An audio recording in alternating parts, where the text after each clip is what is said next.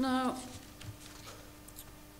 what I've been talking about so far is really building a relationship, making sure that relationship is positive, some of the practicalities of the relationship, but my message is, do think about it as a serious relationship. And before we go on to think about things possibly going wrong, I'd like to consider with you a list of difficult issues which have been mentioned by supervisors and students. And this was generated in workshops that I led in my previous university, but will be familiar to all supervisors and all students. So when I've run workshops for supervisors, the difficult issues mentioned by supervisors are, or include, student doesn't provide work, or student doesn't provide work on time. Student doesn't respond to suggestions.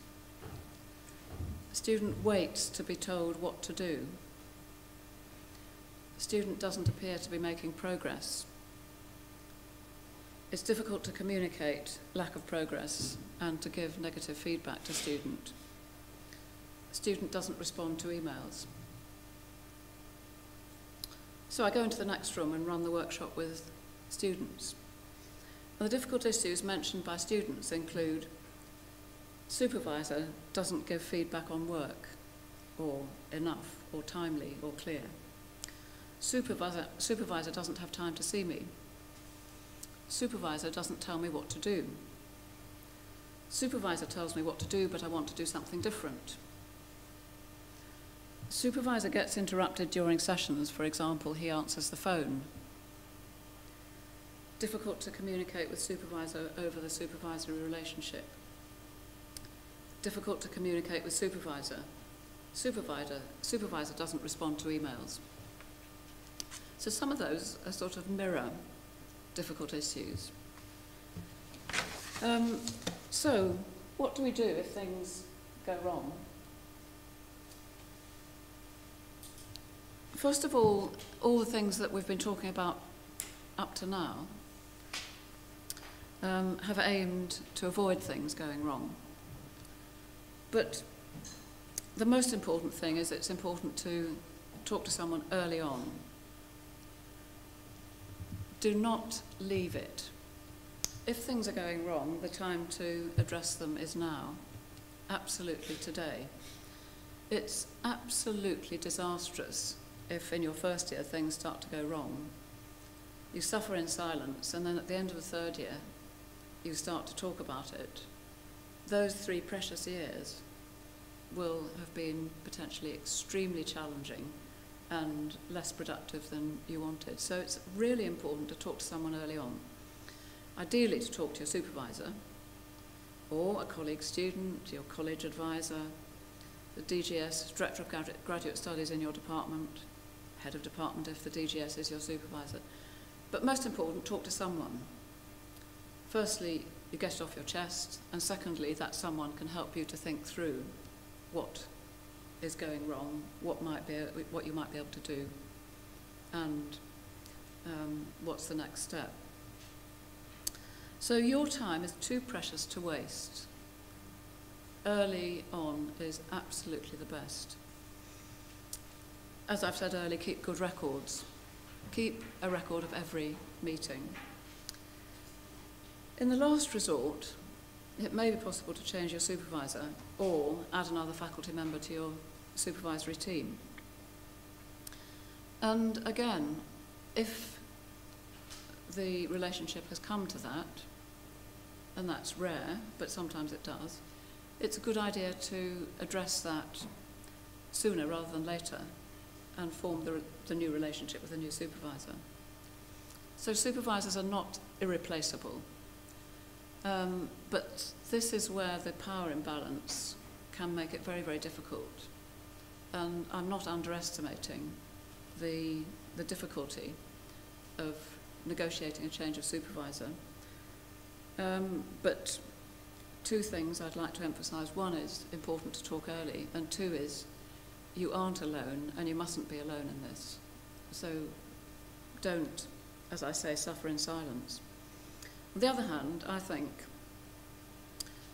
that if you've developed those good work habits and worked on that relationship, many of those difficulties can be avoided. But you need to try to avoid being a victim.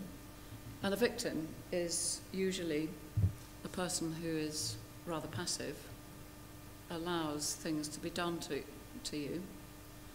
So think right from the start of being actively engaged in the relationship, actively engaged in the supervision.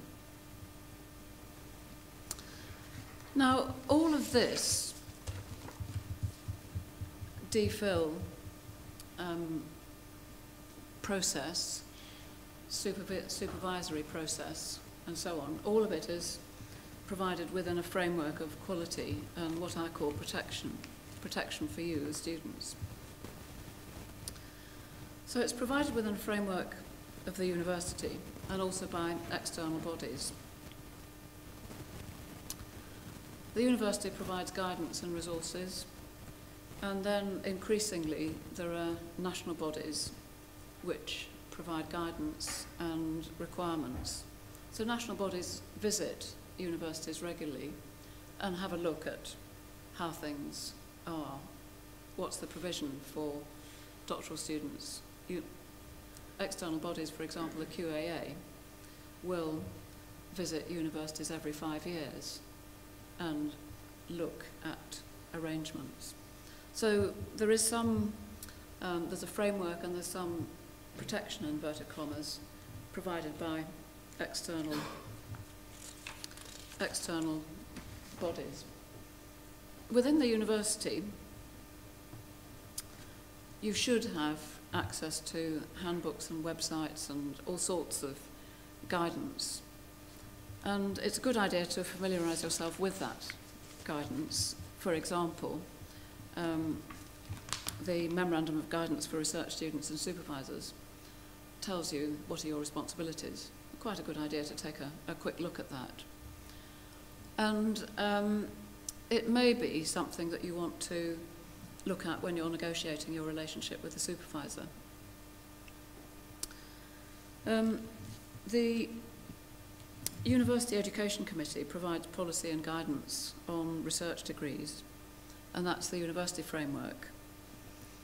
And that's currently being revised, and AUSU are involved in the consultation for the revision of that document. But basically what we're trying to do there, or what the university is trying to do there, is to make sure that supervisors are qualified and competent. They know about supervision. New supervisors are mentored and inducted. I think very important that there's a normal maxima of students. If your supervisor takes on 1 or 2 new students a year, they're more likely to be able to give them the time, attention and support needed than if they take on 5 or 6 new students a year. And then you think if you 5 or 6 multiplied by 3 means that 3 years means that the supervisor is looking after 15 or 20 students. So we try to look at normal maxima. Minimum number of formal supervisory contacts that might be expected. If you haven't talked to your supervisor about that, I recommend that you do in your next supervisory meeting. Talk about how regularly, how frequent you can expect meetings. And in a way, without, I think I haven't used the word entitlement yet in this presentation, but I would like to use it there and to suggest that you are entitled to regular supervisory sessions. That's part of your rights as a student. It's always difficult, I think, to quantify what that is. I try to quantify it. I try to say to my own students, I think, other things being equal, it's useful for us to meet every 2 weeks. And then sometimes students are away on field work, or I'm away on conferences or something. But on average, I think it's a good idea to meet every 2 weeks. And increasingly, the university is required to provide skills training